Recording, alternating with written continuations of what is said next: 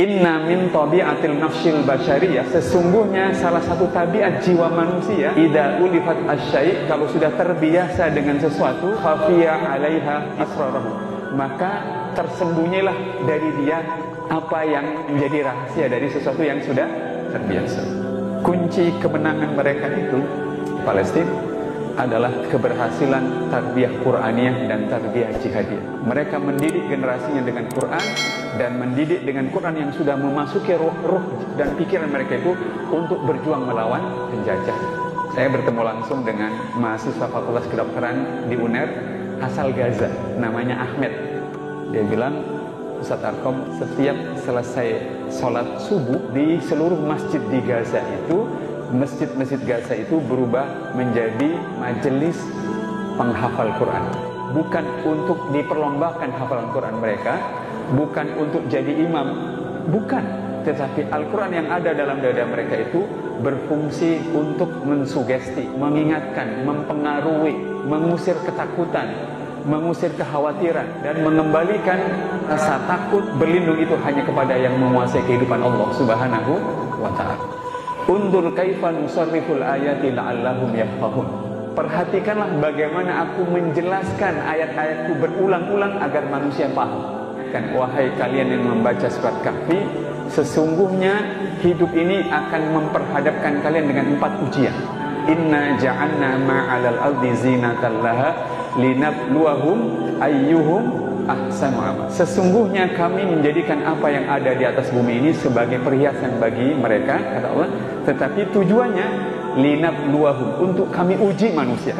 Pembaca surat Kahfi itu diingatkan, kalian mau hidup sekarang, hidup 10 tahun lagi, 20 tahun lagi, 100 tahun ke depan, bahkan pendahulu kalian selalu akan diuji oleh 4 hal. Pertama, ujian agama. Apakah kita ini tetap bersungguh-sungguh melaksanakan agama, bahkan memperjuangkan agama ketika situasinya itu kita ditekan, kita dimusuhi dan diusir. Pemuda Kahfi itu melaksanakan agama mereka di tengah-tengah pemimpinnya yang memusuhi mereka dan rakyatnya seluruhnya juga memusuhi mereka. Tapi mereka tetap melaksanakan agama dan memperjuangkan agama. Kalian tidak ditekan, kalian tidak dimusuhi, kalian tidak diapa-apakan. Apakah kalian bersungguh-sungguh melaksanakan agama, bahkan memperjuangkan agama? Ujian keempat yang Allah terangkan dalam surat Kahfi adalah ujian kekuasaan.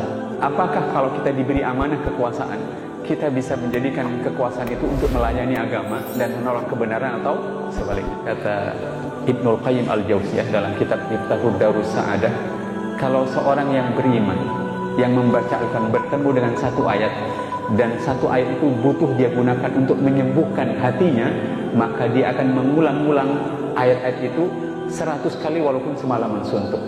Kalau hadirin menghadapi masalah yang buntu, urusan uang, urusan pekerjaan, urusan dunia, coba buka surat 21 ayat 89 dan ayat 90. Di situ Allah mengabulkan doanya Nabi Zakaria yang ketika berdoa, ya Allah, aku ini sudah tua, rambutku beruban, tulang-tulangku lemah, tetapi aku belum pernah berhenti meminta anak darimu walau istri saya mandul. Ini bukan cerita biasa. Allah menceritakan kepada kita agar kita itu mengambil sikap. Kalau kita bertemu dengan sesuatu yang buntu, tidak mungkin, tetaplah memintanya dari Allah Subhanahu wa ta'ala. Itu prinsip jamaah.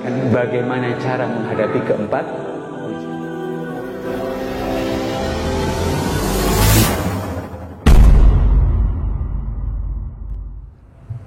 Bismillahirrahmanirrahim. Assalamualaikum warahmatullahi wabarakatuh. Alhamdulillahi rabbil alamin, wa bihi nasta'inu ala umurid dunya waddin, wassalatu wassalamu ala asrafil anbiya'i wal mursalin, nabiyina Muhammadin wa ala alihi wa sahbihi wa sallim wa barik ajmain. Qala Allahu ta'ala fi kitabihil karim, a'udzu billahi minasy syaithanir rajim. Bismillahirrahmanirrahim. Wa hadza kitabun anzalnahu mubarakun fattabi'uhu wattaqu la'allakum turhamun. Sadaqallahul adzim.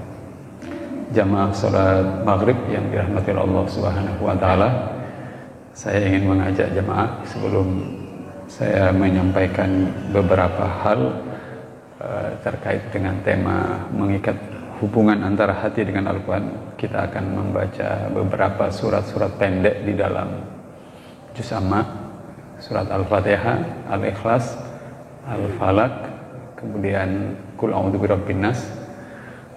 Setelah itu dilanjutkan dengan Alam nashrah laka sadrak. Sama-sama. A'udzu billahi minasy syaithanir rajim. Bismillahirrahmanirrahim.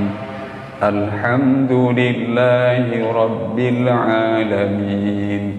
Ar-rahmanir rahim. Maliki yaumiddin. Iyyaka na'budu wa iyyaka nasta'in. Ihdinas siratal mustaqim. Siratal ladzina an'amta 'alaihim ghairil maghdubi 'alaihim waladdallin. Amin. Bismillahirrahmanirrahim. Qul huwallahu ahad. Allahus samad. Lam yalid wa lam yulad wa lam yakul lahu kufuwan ahad. Bismillahirrahmanirrahim. Qul a'udzu birabbil falaq min syarri ma khalaq wa min syarri ghasiqin idza waqab wa min syarri naffasati fil 'uqad wa min syarri hasidin idza hasad. Bismillahirrahmanirrahim.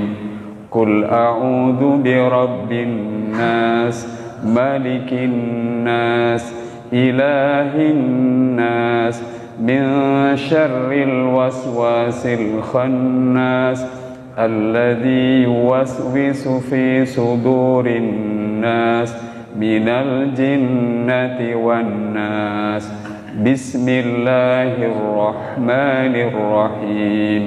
Alam nashrah laka sadrak wa wada'na 'anka wizraka alladzi anqadha dhahrak wa rafa'na laka dhikrak fa inna ma'al usri yusra.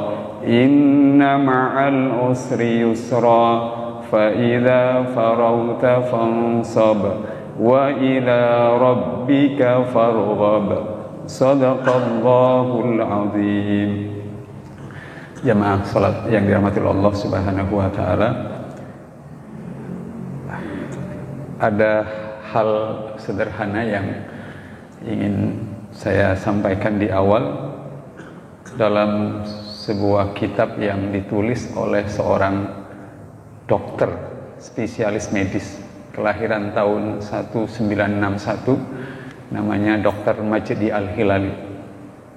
Beliau dokter Mesir, dari Mesir, tapi sangat ahli di dalam Al-Quran, hafid juga, dokter spesialis medis, hafal 30 juz, dan karya-karya beliau sebagian besar berkaitan dengan bagaimana membangun manusia itu agar menjadi unggul dengan Al-Quranul Karim.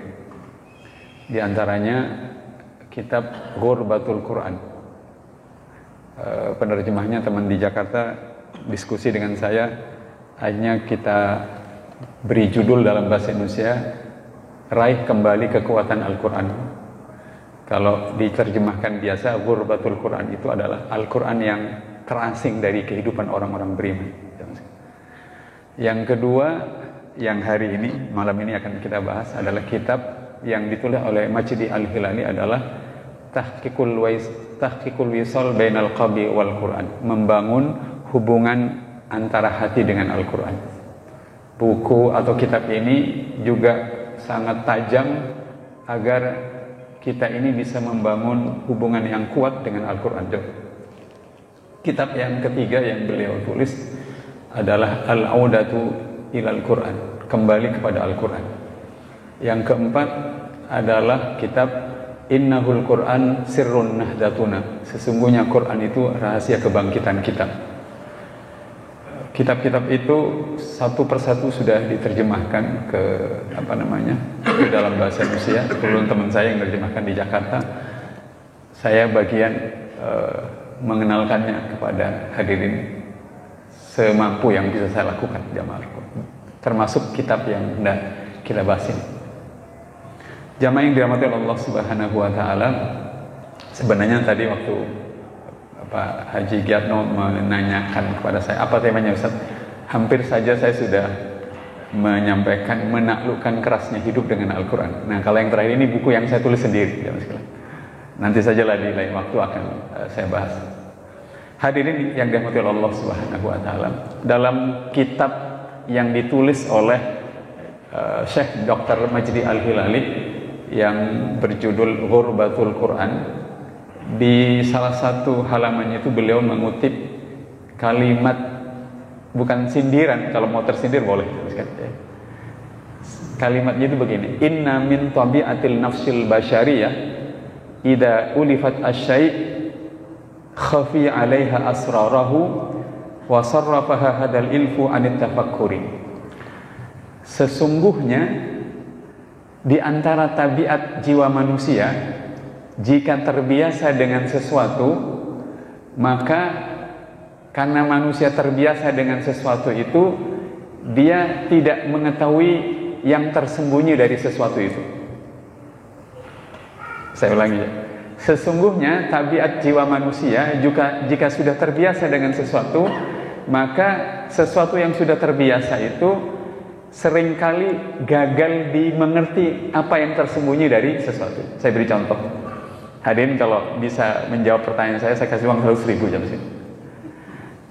Coba hadirin sekalian, kalau ada yang bisa menyebut gambar pahlawan yang gambarnya ada di uang kertas kita 100.000, 50.000, 20.000, 10.000, 5.000, 2.000 dan 1.000. Kalau bisa nyebut semuanya saya kasih 100.000. Yang paling diketahui yang 100.000 kan, karena tidak pernah berubah. Itu gambarnya Soekarno-Hatta, ya kan?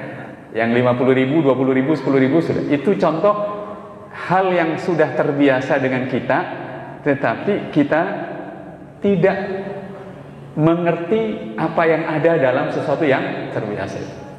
Itu contoh sederhana. Nah, jamaah yang dirahmati Allah Subhanahu wa taala. Yang kedua, saya beri contoh. Kebetulan saya nulis ada 15 buku yang saya tulis. Nah, buku yang ke-14 yang saya tulis itu judulnya, saya kasih judul dalam bahasa Inggris, isinya bahasa Indonesia aja. Judulnya Talk to Yourself, berbicaralah dengan diri sendiri. Dalam buku setebal kira-kira tidak sampai 100 halaman, buku tipis, saya mengutip sebuah hasil riset kedokteran, jamaah Allah. Dokter yang melakukan riset kedokteran itu namanya Dr. Nena Kemalasari. Beliau ini sudah dokter spesialis penyakit dalam, tapi mau ngambil gelar doktor di Fakultas Kedokteran UI, jemaah. Tidak tanggung di Fakultas Kedokteran UI. Riset doktoralnya adalah tentang orang-orang yang sakit rematik. Kata orang Madura itu sontuk, sakit tulang, encok dan segala macam. Mungkin hadirin sekalian tidak merasa tertarik, tapi masalahnya adalah Dr. Nena Kemalasari ini ingin mencoba menyembuhkan nenek-nenek. Saya sebut nenek-nenek karena yang diteliti itu wanita di atas 60 tahun. Kalau dalam istilah kedokteran itu namanya pasien geriatrik. Nah, beliau-beliau yang sakit tulang itu atau rematik atau encok itu, oleh sang dokter spesialis penyakit dalam ini tidak disembuhkan dengan cara diberi jamu, kapsul, obat, sirup, tidak. Tapi masing-masing nenek-nenek itu diberi Walkman. Hadirin masih ingat Walkman? Walkman itu alat untuk memutar musik. Nah, Walkman ini diberikan pada masing-masing nenek-nenek itu, dan dokter ini bilang, "Nek, tolong Walkman ini gunakan merekam suara nenek sendiri." Sekali lagi, gunakan merekam suara nenek sendiri. Yang harus nenek rekam adalah 4 kalimat berikut ini. Jadi dokter ini menyediakan 4 kalimat, minta kepada masing-masing nenek-nenek itu agar 4 kalimat itu direkam. Maksudnya 4 kalimat itu dibaca. Nah, masing-masing kalimat itu harus diulang 10 kali. Kalimat pertama yang masih saya ingat, saya senang badan saya tambah sehat. Itu diulang 10 kali. Kalimat kedua, rasa kesemutan di kaki saya semakin berkurang. Terulang 10 kali, sudah 20. Ada 2 lagi yang saya lupa, tapi masing-masing kalimat itu diulang 10 kali. Jadi kalau 4 kalimat ada 40. Setelah terekam, sekali lagi suaranya mereka sendiri, bukan suaranya motivator, bukan suaranya penceramah, bukan suaranya siapa, tapi suara masing-masing wanita. Setelah itu dokter bilang, nanti kalau sudah selesai rekaman ini, silahkan putar dan dengarkan sendiri pagi, siang, dan sore 3 kali dalam sehari selama 3 bulan. Kalau 1 bulan 30 hari berarti 90 hari. Kalau kalimatnya itu yang terekam 40, ya kan? Berarti kalau 3 kali 120. Kalau 3 bulan berarti 120 kali 90 hari, kurang lebih 10.800. Jadi mereka itu mendengarkan suara mereka sendiri. Maka disertasi doktornya atau judul disertasinya berjudul peran autosugesti pada peningkatan kualitas kesehatan pasien geriatrik. Maksudnya, bisakah orang autosugesti, mensugesti dirinya, kesehatannya itu bisa menjadi baik? Apa yang terjadi? Setelah nenek-nenek itu mendengar suaranya sendiri, bukan suaranya penceramah, bukan suaranya motivator, tetapi suara mereka sendiri, selama 3 bulan sakit rematiknya itu sembuh. Jadi hadirin bisa coba itu. Kalau tidak punya uang, sedih, coba rekam sendiri. Saya tetap bahagia walaupun tidak punya uang. Saya tidak bahagia, tetap bahagia walaupun tidak punya uang. Tapi yang mau saya sampaikan, kalau kalimat-kalimat sesederhana itu diulang-ulang bisa mengembalikan kesehatan badan. Sekarang saya ingin ngajak, bagaimanakah kita yang sehari-hari mengulang iyyaka na'budu wa iyyaka nasta'in, ya kan? Inna a'tainakal kautsar min syarril waswasil khannas. Itu kalimat berulang bukan 10.800 bahkan puluhan ribu kali, jemaah. Tapi itulah yang saya maksud. Inna min tabi'atil nafsil basyariyah, sesungguhnya salah satu tabiat jiwa manusia, idza ulifat asyai', kalau sudah terbiasa dengan sesuatu, khafiya 'alaiha asrarahu, maka tersembunyilah dari dia apa yang menjadi rahasia dari sesuatu yang sudah terbiasa. Saya ingin mengajak sekarang merenungkan ini pelan-pelan agar kita sekarang mulai merasakan. Kalau begitu, Ustaz Arkom, bagaimanakah agar Al-Quran itu memberikan efek luar biasa bagi kita semua? Ya. Hari ini, kalau kita tadi baca Qunut Nazilah untuk saudara kita di Palestina, kunci kemenangan mereka itu adalah keberhasilan tarbiyah Qur'aniyah dan tarbiyah jihadiyah. Mereka mendidik generasinya dengan Quran, dan mendidik dengan Quran yang sudah memasuki ruh dan pikiran mereka itu untuk berjuang melawan penjajah. Saya bertemu langsung dengan mahasiswa Fakultas Kedokteran di UNER asal Gaza, namanya Ahmed. Ahmad sih kalau bahasa Maduranya Ahmad, tapi karena dari Gaza dipanggil Ahmed. Kami bertemu 2-3 kali di Surabaya, satunya di Fakultas Kedokteran. Saat saya selesai khutbah di Fakultas Kedokteran, dia bilang, Ustaz Arkom, setiap selesai sholat subuh di seluruh masjid di Gaza itu, masjid-masjid Gaza itu berubah menjadi majelis penghafal Quran. Bukan untuk diperlombakan hafalan Quran mereka, bukan untuk jadi imam, bukan. Tetapi Al-Quran yang ada dalam dada mereka itu berfungsi untuk mensugesti, mengingatkan, mempengaruhi, mengusir ketakutan, mengusir kekhawatiran, dan mengembalikan rasa takut, rasa berlindung itu hanya kepada yang menguasai kehidupan Allah Subhanahu wa ta'ala. Jamaah rahmatullah, sekarang saya kembali pada prinsip penting tadi. Sesungguhnya di antara tabiat jiwa manusia, jika terbiasa dengan sesuatu, maka seringkali manusia itu tidak mampu menangkap yang tersembunyi dari sesuatu. Bahkan kata Al-Juyusi, bahkan manusia itu seringkali tidak mentafakuri, merenungkan apa yang tersembunyi itu. Nah, jamaah rahmatullah, ternyata kitab suci Al-Quran itu, jamaah rahmatullah, di dalam 3 ayat berikut, bisa dibuka, Pertama, di dalam surat ke-6 ayat 65, mohon dikoreksi kalau enggak 65 ayat 55. Allah menegaskan bahwa pentingnya manusia itu mengulang-ulang. Tadi saya berikan contoh riset yang diulang-ulang. Di surat ke-6 ayat 55 atau 65 itu, mohon saya dikoreksi. Undur kaifa nusarriful ayati la'allahum yafqahun. Perhatikanlah bagaimana aku menjelaskan ayat-ayatku berulang-ulang agar manusia paham. Jamaah. Ya. Sekarang saya ingin mengajak hadirin sekalian. Contoh yang sederhana saja. Di antara hal yang sering kita baca berulang-ulang selain Al-Fatihah, kalau nanti masuk malam Jumat hari Kamis, surat apa yang paling sering kita baca? Kahfi. Ya. Tetapi kata Al-Juyusi, seringkali yang diulang-ulang itu oleh manusia tidak ditangkap apa yang tersembunyi dalam sesuatu. Saya ingin sampaikan, beberapa ulama mengatakan bahwa surat Kahfi itu, surat yang kita baca itu adalah surat yang kepada pembacanya itu mengingatkan, wahai kalian yang membaca surat Kahfi, sesungguhnya hidup ini akan memperhadapkan kalian dengan 4 ujian. Mari buka surat Kahfi jamaah sekalian. Ya.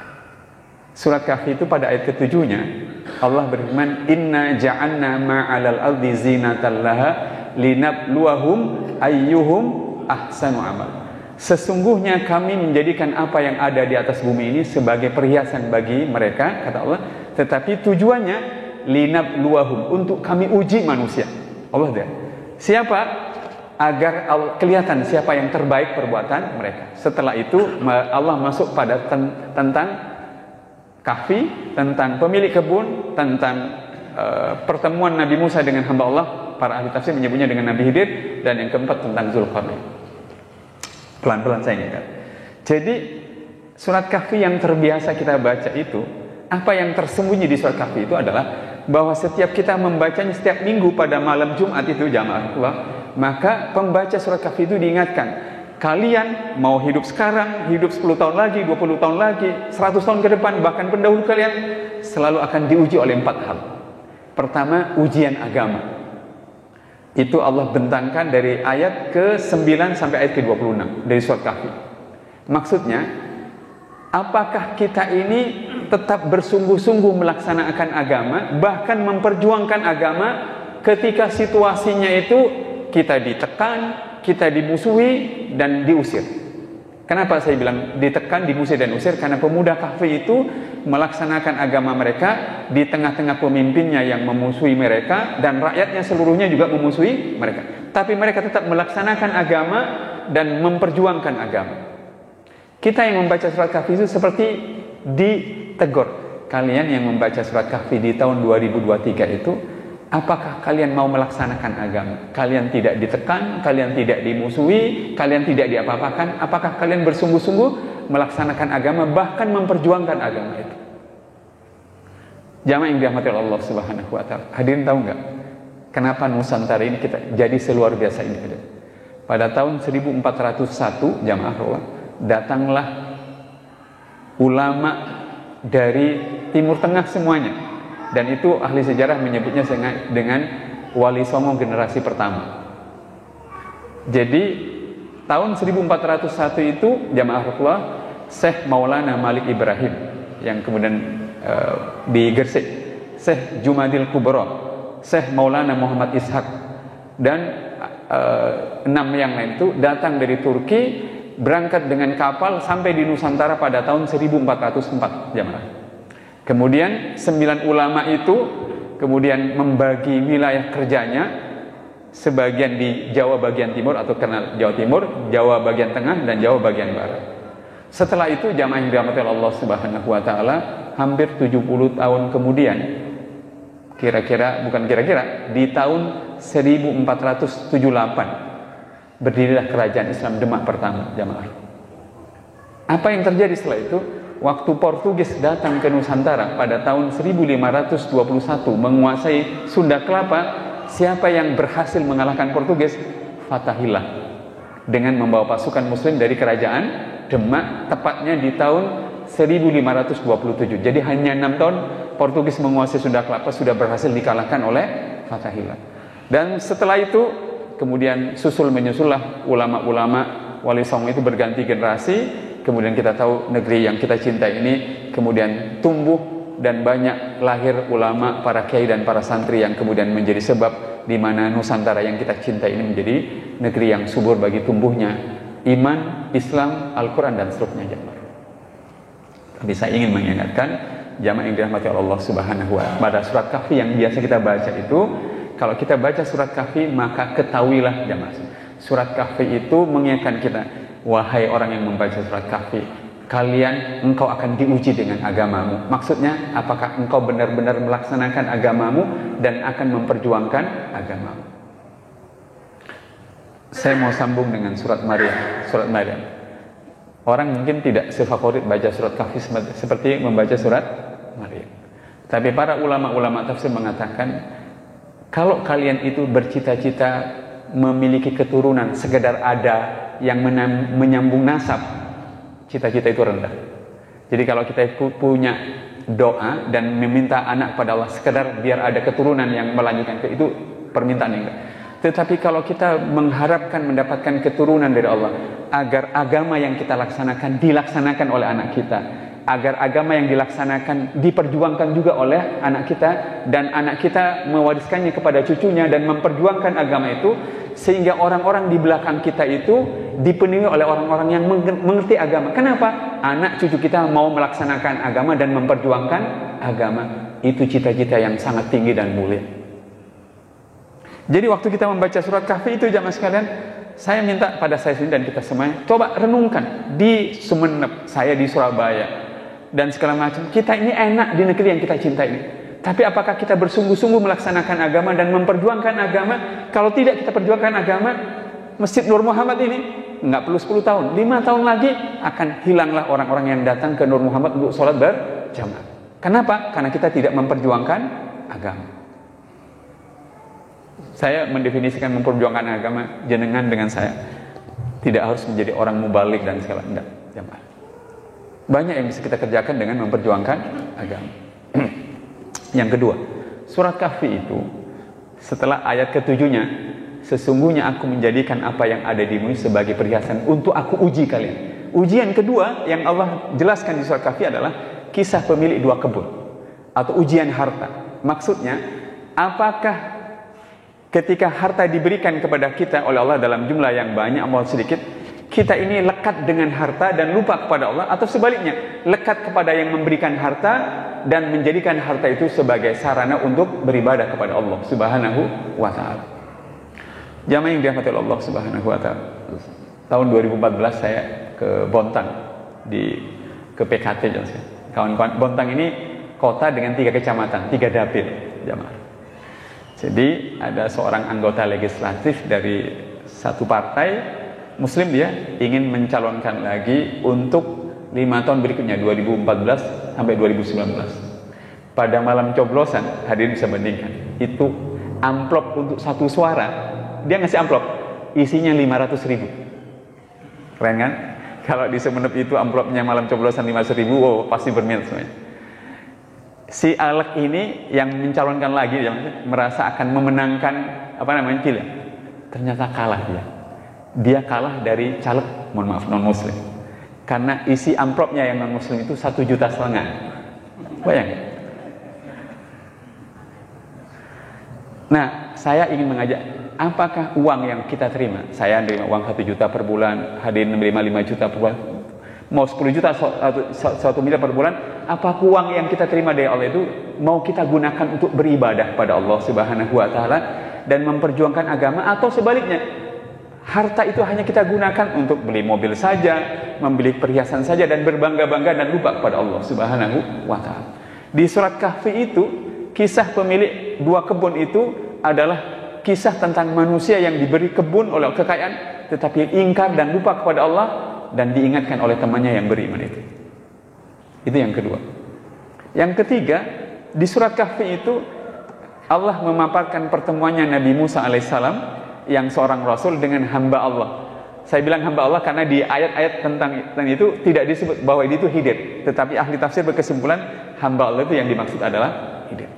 Nah, Nabi Musa itu statusnya Rasul.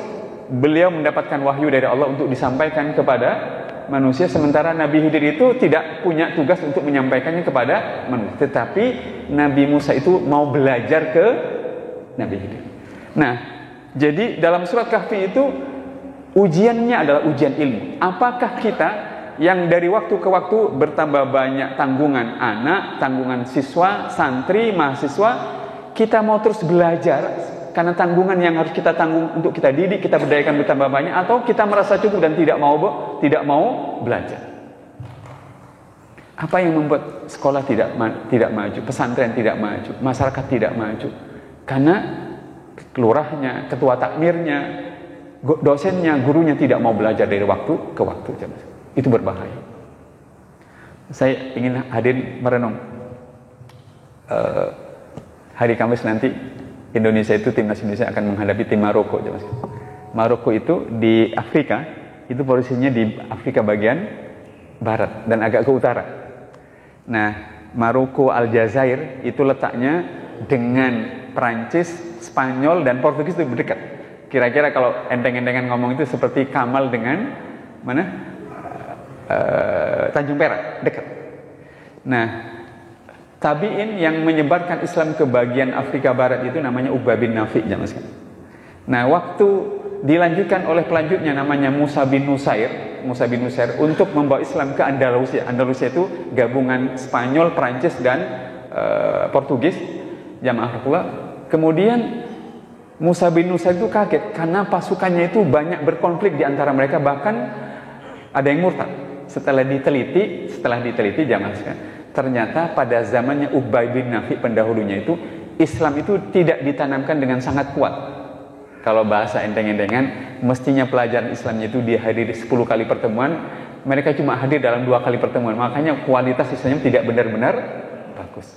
Akibatnya Musa bin Nusair itu menunda keberangkatan menyeberangkan Islam dari Afrika ke benua Eropa selama 6-7 tahun. Dan selama 6-7 tahun itu beliau mendatangkan ulama-ulama tabi'in terkenal untuk mendidik Islam ke masyarakat Afrika bagian utara dan barat itu agar menjadi masyarakat yang sangat kuat.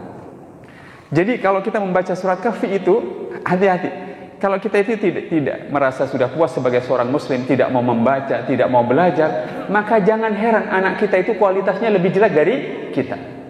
Karena anak-anak itu bukanlah pendengar sejati, anak-anak itu peniru sejati. Mohon dicatat, anak-anak itu adalah peniru sejati, bukan pendengar sejati. Mau kita ceramah berbusa-busa, anak-anak kita hanya akan melihat dan meniru apa yang kita kerjakan, bukan mendengarkan. Rata-rata begitu.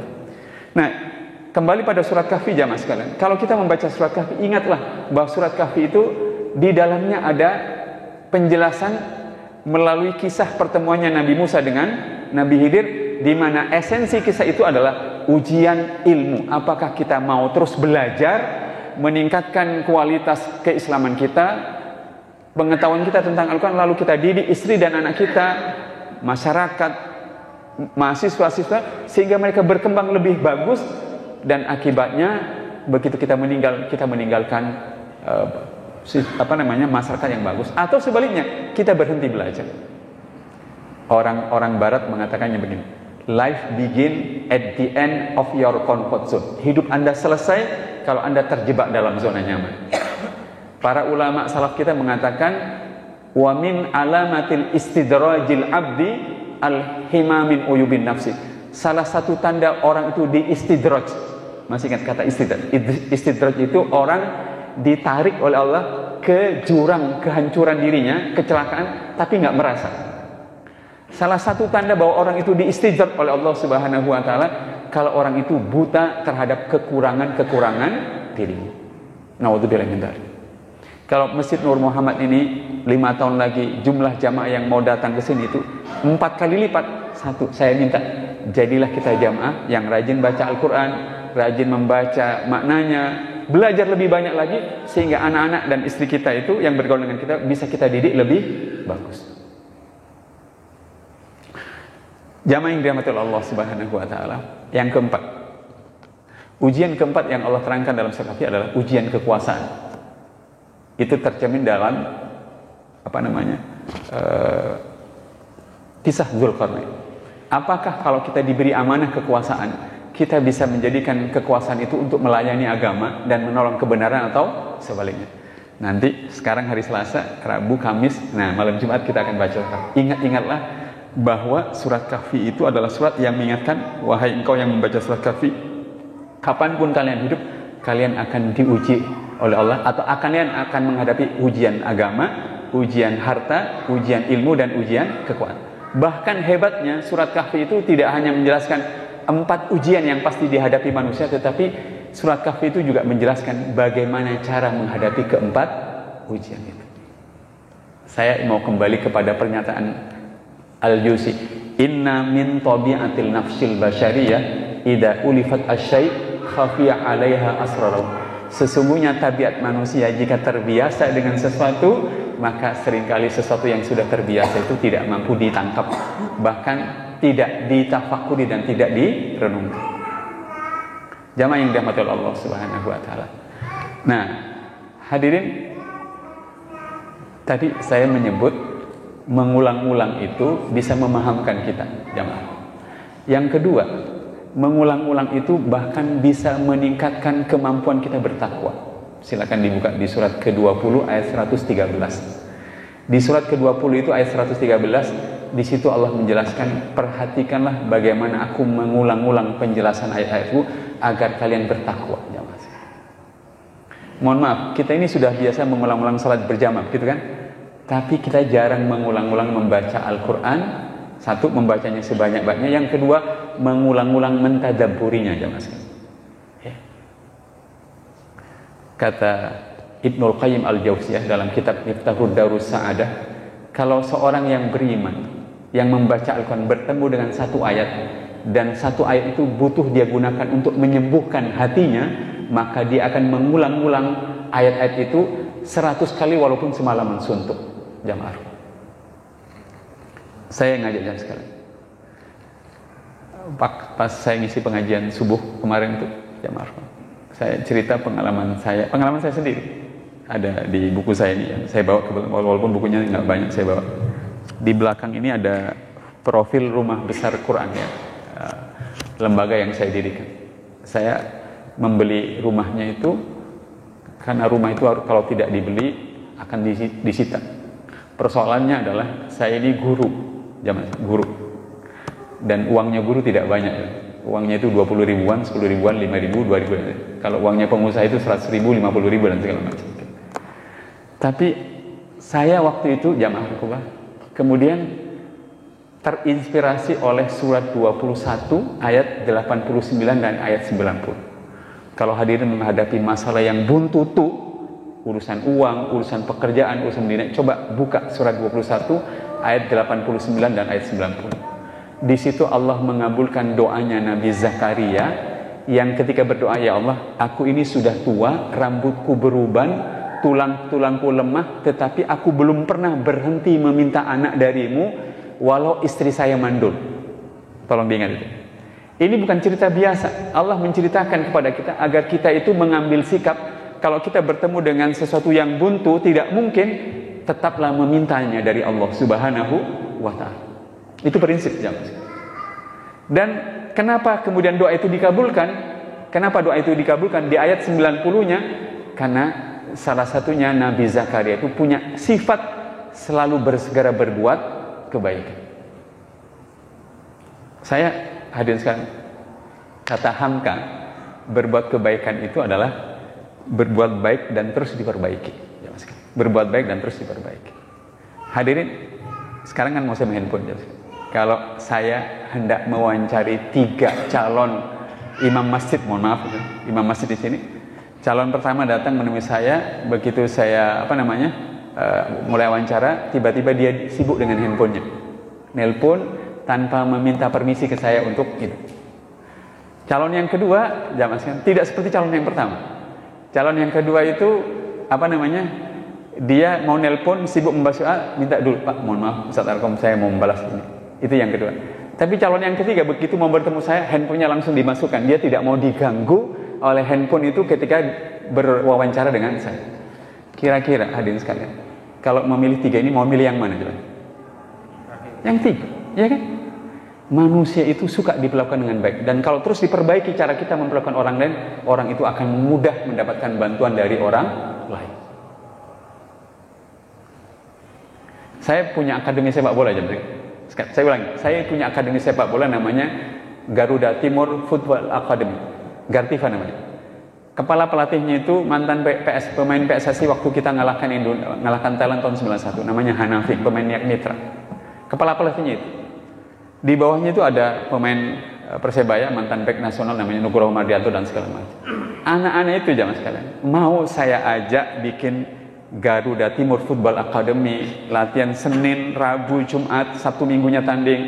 Kemudian mereka itu kalau saya ke lapangan saya ajak sholat dan segala macam, karena soal kebaikan itu.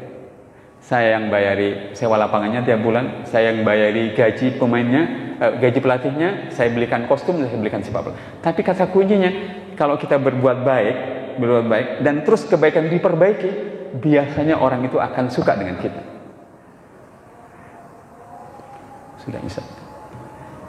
Nah, oleh karenanya jamaah Allah, mudah-mudahan kita menyadari bahwa kalau kita di dalam kehidupan ini bersegera berbuat kebaikan, maka dia akan membuat kita mengalami mukjizat perubahan besar dalam kehidupan yang luar biasa.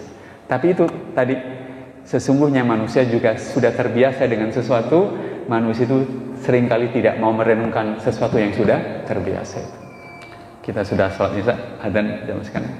Kita sudahi dulu jam sekarang. Mudah-mudahan bermanfaat. Saya masih di sini jam sekarang dalam beberapa, karena saya mengunjungi ibu saya yang dirawat di rumah sakit Islam Kaliangat itu sudah, mondoanya juga sudah 15 hari atau 16 hari belum sadar, dan kemarin mengalami diberi transfusi darah di 2 kantong. Mudah-mudahan kondisinya membaik. Terima kasih banyak. Mohon maaf kalau terpotong. Mudah-mudahan kita bisa melanjutkannya pada pertemuan selanjutnya. Mari kita berdoa. A'udzubillahi minasyaitonirrajim. Bismillahirrahmanirrahim. Alhamdulillahirabbil alamin. Allahumma shalli ala Muhammad wa ala ali Muhammad. Allahumma arhamna bil Qur'an waj'alhu lana imaman wa nuran wa hudan wa rahmah. Allahumma dzakkirna minhu ma nasina wa 'allimna minhu ma jahilna warzuqna tilawatahu ana al-laili wa atrafan nahar waj'alhu lana hujjatan ya rabbal alamin. Rabbana atina fid dunya hasanah wa fil akhirati hasanah wa qina adzabannar wa qina adzabannar. Subhana rabbika rabbil izzati amma yasifun wa salamun alal mursalin walhamdulillahi rabbil alamin. Sebelum saya akhiri, biar tidak penasaran jam sekarang, kalau mau dialog dan tanya jawab, nanti kita habis sisa saja ngobrolnya, informal saja, tapi jadi tidak perlu ini. Kalau jamaah ada hajat monggo, tetapi kalau masih bertahan di sini nanti kita bisa ngobrol sehabis sholat isya, biar waktunya longgar. Mudah-mudahan takmir masjid menyediakan camilannya atau suguhannya. Matur sakalangkung Bapak Ibu sekalian, terima kasih banyak. Wabillahi taufiq wal hidayah. Wassalamualaikum warahmatullahi wabarakatuh.